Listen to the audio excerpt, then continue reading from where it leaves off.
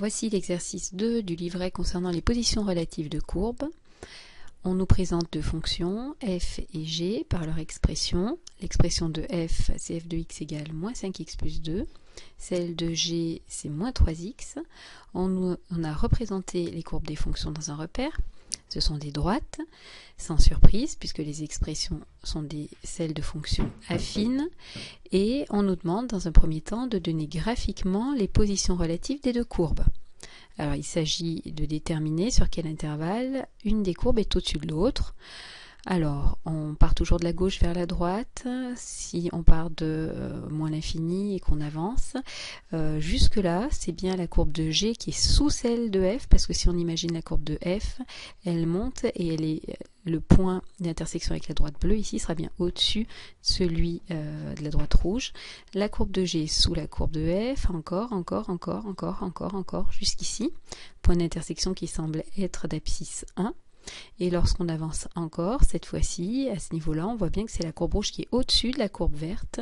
C'est la courbe de G qui est au-dessus de la courbe de F. Donc si on résume, c'est ce qu'on écrit ici. Il nous semble que sur l'intervalle moins l'infini 1, il nous semble que la courbe de G soit sous la courbe de F. Et à partir de 1, ici, il nous semble que la courbe de G soit au-dessus de la courbe de F. Alors la stratégie pour démontrer ce qu'on a conjecturé graphiquement, c'est pour arriver à obtenir la rédaction qui concerne l'ensemble des positions relatives, étudier le signe de la différence des deux expressions. Alors soit on étudie le signe de f de x moins g de x, soit celui de g de x moins f de x, ça n'a pas d'importance. Si on étudie le signe de f de x moins g de x, on va donc prendre l'expression de f, alors sous-entendu entre parenthèses, même si ici elle ne sert à rien, l'expression de f moins l'expression de g, entre parenthèses aussi. On écrit ce que l'on obtient. Ici, ça fait moins 5x plus 2 plus 3x. Et si on réduit, on obtient donc moins 2x plus 2. Ensuite, pour étudier le signe de la différence f de x moins g de x, on va utiliser un tableau pour faire apparaître l'étude du signe et les différentes conclusions qu'on peut en tirer. Donc, on va construire un tableau dans lequel, sur la première ligne, on fait apparaître l'axe des abscisses, de moins l'infini à plus l'infini, les valeurs de x possibles. Sur la deuxième ligne, le signe de f de x moins g de x. Ensuite, on va pouvoir en déduire des informations sur la comparaison des expressions et faire une interprétation graphique. Donc, il nous faut étudier le signe de moins 2x plus 2. Pour cela, on peut commencer par regarder quand est-ce que l'expression s'annule. On résout moins 2x plus 2 égale 0. Moins 2x est égal alors à moins 2. Et x est égal à moins 2 divisé par moins 2, 1. Ensuite, pour connaître le signe de cette expression, on regarde son coefficient directeur. Donc ici, le coefficient directeur de l'expression est négatif. Vous devez avoir en tête que la représentation graphique de cette fonction affine, c'est une droite qui descend.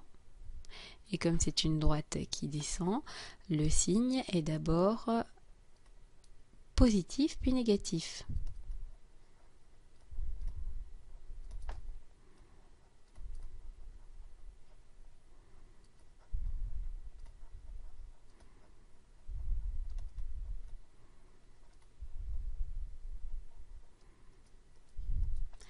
Allez, on installe ça dans le tableau.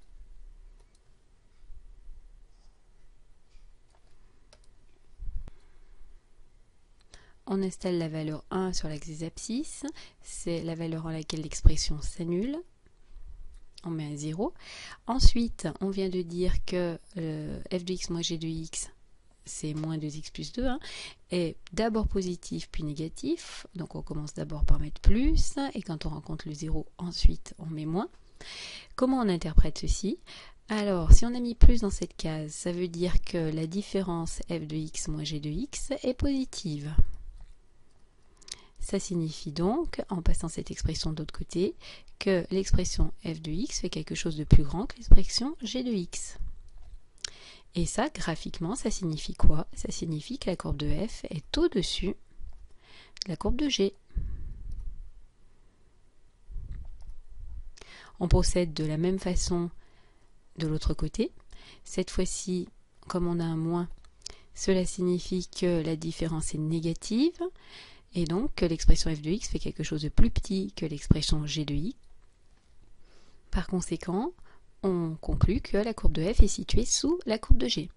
Donc on a bien dans ce tableau ce qu'on avait conjecturé précédemment. Sur l'intervalle moins l'infini 1, la courbe de f est au-dessus de la courbe de g. Cette fois-ci on en est sûr, on l'a démontré algébriquement. Et sur l'intervalle 1 plus l'infini, la courbe de f est sous la courbe de g. Voilà, on a fini l'exercice.